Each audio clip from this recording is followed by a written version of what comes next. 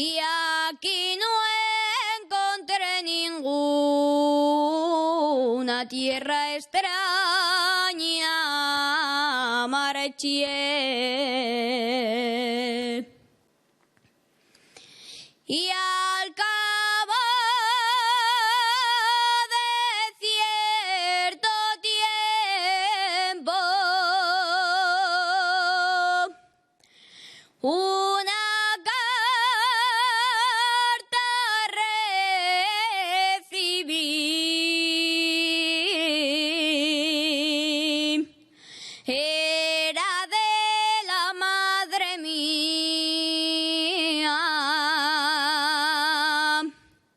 y en ella a mí me decía: ven que me voy a morir. Me olvidé de la fortuna y hacia España me embarqué. Que cuando llegué a mi casa,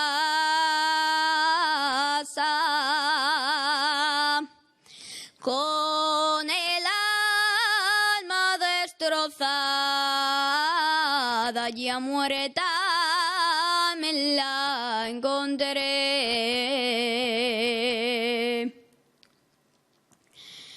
Pobre mi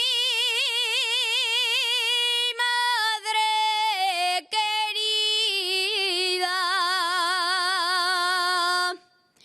cuántos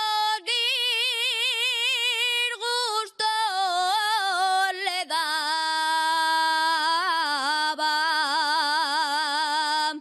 tantas veces a escondidas,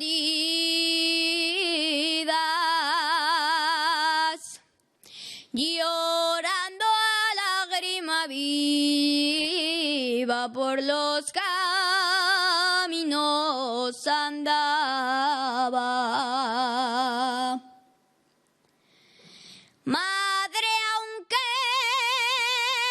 ya no me escuches, perdona, te lo suplico, que este que pide perdón con dolor de corazón es tu hijo arrepentido. Que este que pide perdón